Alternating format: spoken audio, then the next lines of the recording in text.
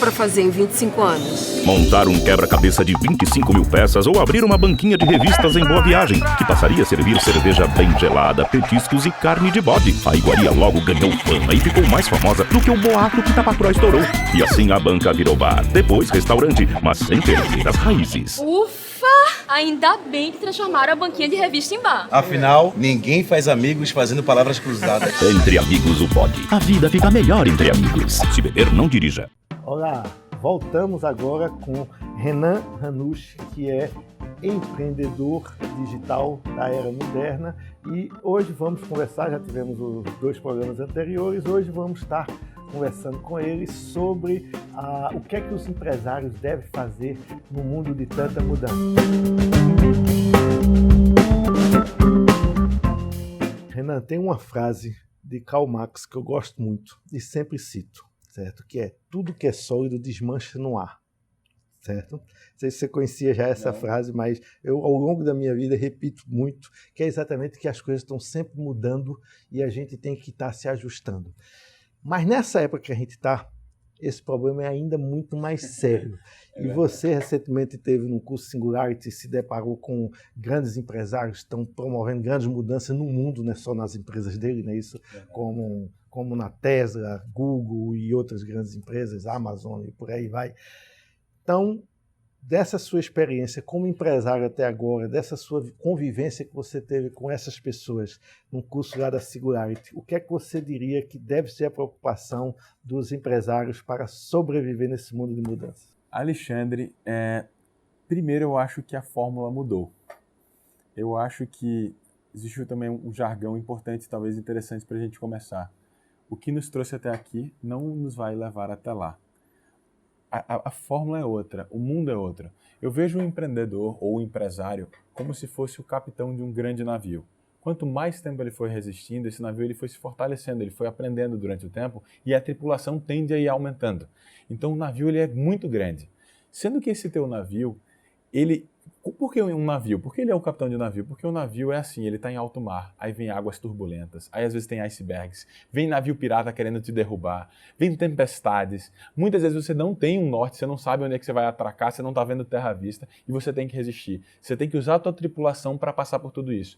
E é muito honrável ver a quantidade de empresários de sucesso, com uma carreira incrível, com muita força, com muita resiliência aqui no nosso estado, né? Grandes grupos familiares que a gente tem muito orgulho de ver. E eles têm esses grandes navios, sendo que eles começam a preocupar. Porque o que aconteceu? Eles mudaram de oceano. Não é mais Atlântico, não é mais Pacífico, é um oceano digital. E a regra é diferente. Ele não vai conseguir sobreviver da mesma maneira que ele criou. E a cultura, a velocidade dele não é a mesma. E como é que ele vai fazer isso, se há tanto tempo ele faz dessa forma? A gente brasileiro tem uma frase que a gente repete muito. Time que está ganhando não se mexe. Mas se mexe sim, porque senão a inovação vai se mexer. E isso é uma grande provocação para os empresários. Como eles se mexem nesse mundo? E aí havia uma frase, na verdade uma estatística, que traz muita tristeza. 84% das empresas falham no processo de transformação digital. No mundo inteiro. O que está acontecendo? Por que a gente não está fazendo isso? Se a gente pensar em todas as empresas brasileiras, eu arrisco e ouso aqui com você dizer, pense em todas as empresas brasileiras. Cite 3 das maiores que se reinventaram. Você não vai conseguir. Você consegue pensar em uma. Magazine Luiza. Você vê o Itaú tentando se reinventar, né? Você vê algumas poucas grandes empresas tentando se reinventar. Vamos falar de Itaú. Qual é a diferença entre Itaú, Banco do Brasil, Santander, Bradesco e Caixa Econômica? Para mim, nenhuma.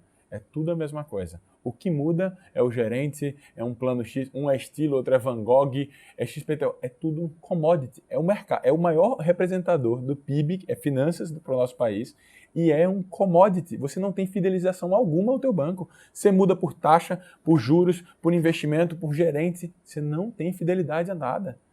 Vamos pensar outro setor gigante da indústria de empresários? Vamos pensar telecom. Qual a diferença entre Claro, Oi, TIM e Vivo?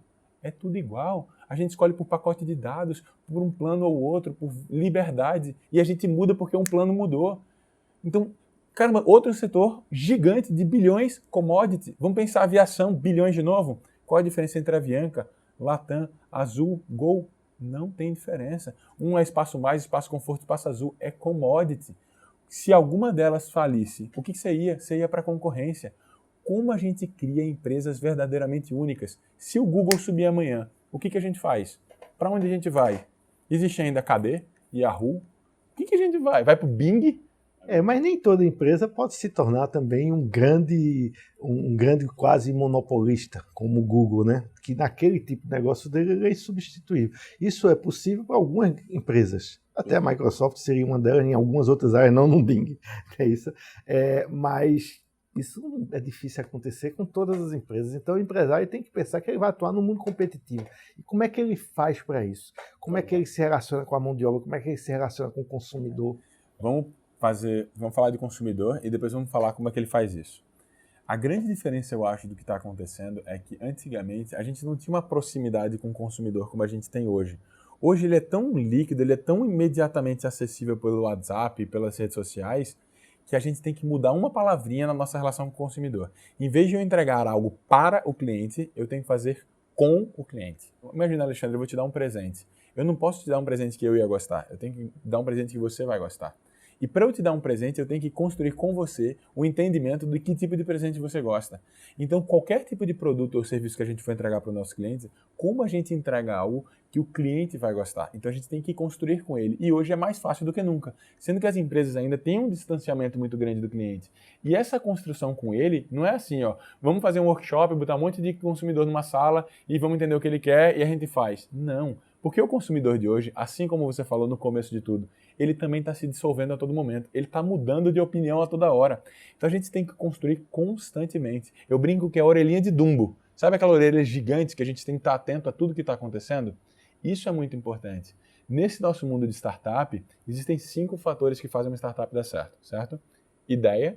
Aí vem o primeiro mito. Eu não compartilho ideias. Vai que alguém rouba minha ideia. Esqueça isso. Isso é mito. Quanto mais você compartilha a tua ideia, mais ela amadurece, mais ela cresce e mais probabilidade dela dar certo. Ideia não é nada. O que faz a diferença é ação, é realização. Segundo, time. Terceiro, investimento. Quarto, modelo de negócios. E quinto, timing, a velocidade que você leva para o mercado. Qual é o mais importante dos 5? Timing. A gente está num mundo que o quão rápido você chega, você pode perceber. Olha o Uber, tem uma série de concorrentes, ele continua no topo. Olha o WhatsApp, ele é muito pior que a maior parte dos concorrentes dele, ele continua no topo. Timing é tudo nesse mundo. E o problema dessas grandes empresas e empresários tradicionais é que eles não estão tendo timing para se posicionar. E eles não arriscam errar e passar vergonha. Então, trazendo para o começo da sua pergunta, é como eles fazem para se transformar, se posicionar e ter essa velocidade, esse timing de entrega nessa era que a gente está vivendo, que não é mais uma era não é uma era de mudanças, é uma mudança de era. É literalmente uma mudança de oceanos, como a gente conversou. Então vamos voltar para o oceano. Imagina que esse navio, que está lá, sólido tudo, ele talvez vire um Titanic. E talvez ele venha afundar. Quando ele fosse afundar, o que vai salvar a tripulação, a história da empresa? São os botes salva-vidas. Ou talvez icebergs, que nem o Titanic, e Rose e Jack vão se abraçar lá, talvez Jack não consiga segurar e ele vai morrer. Mas são os botes salva-vidas. Olha o nome, salva-vidas. E se eles pudessem colocar esses botes, não só quando o navio fosse afundar, mas colocar hoje na água. E esse bote ter toda a característica que uma startup tem, que é, o que é um bote? É um barquinho leve. Então ele faz curva assim. Ele erra, ele muda de curso, não tem problema. Vai fazer uma curva num navio gigante desse. Demora muito. Por que prático ganha 50 mil reais, o cara que estaciona navio? Porque é difícil pra caramba brincar com aquele bicho. Então o que eu quero mostrar pra gente é, se a gente bota os botes na água hoje, aí cada bote vai precisar de um capitão, né, Hans? E o que esse capitão ele vai fazer? Ele vai seguir a ordem do capitão do barco, gigante lá do navio? Não. É totalmente diferente dirigir um do outro. Então não tem cordinha amarrando. Esses botes têm que estar na água e eles têm que estar soltos, livres, autônomos. Diferente do que as empresas estão fazendo hoje, criando um comitê da inovação, uma diretoria de inovação. Inovação é líquida. Ela acontece em todos os setores, em todas as áreas, de todas as indústrias, de todos os segmentos, a todo momento, em todo lugar. E ela não é cara. Tem gente vendendo que inovação é cara. Inovação é rápida, barata. Imagina que eu te dei 100 mil reais para construir uma solução em 3 meses e te dei 10 mil reais para outra pessoa para construir a mesma solução em 10 meses. Quem vai fazer melhor? O cara de 10 mil. Porque a escassez de recurso faz ele ter criatividade para isso. Então a minha sugestão seria, coloquem os botes nas águas, façam eles times pequenos, multidisciplinares, engenharia, tecnologia, jurídico, economia, administração, marketing, comunicação, multiplique, porque o navio estava indo do ponto A para o ponto B, esses bots podem achar o B1, B2, um monte de ilha paradisíaca e encontrar tesouro nessa ilha. Então o que eu convido aos empresários é, se desapeguem um pouquinho, se descentralizem, criem orçamentos pequenos, a curto prazo e deixe o bot navegar sozinho. Ele vai encontrar terra firme, vai criar inovações ou incrementais ou disruptivas que vão transformar o teu negócio a curto prazo, seguindo a regra do timing, entregando rápido. Mas numa empresa que tem 60, 70, aquele empresário que vive bem de um negócio, mas ele tem 60, 70, 100, 200 empregados, ele não tem como criar essas equipes tão diversificadas, porque ele tem, digamos, um advogado só na empresa toda. Então, como é que ele faz? Então, pega uma pessoa da tua empresa, tu tem 60, tu tem 30, pega um cara, aquele mais revoltado, transgressor, criativo, imaginativo, e dá um bot para ele. Ele vai achar a recruta, todo o time dele, ele vai recrutar aqui porque tem propósito que ele quer fazer. É como se fosse um imã, um propósito. Todo mundo vem para junto. Como Simon Sinek, especialista em liderança, fala, comece com o porquê. As pessoas não compram o que você vende, elas não compram como você vende, elas compram o porquê você vende.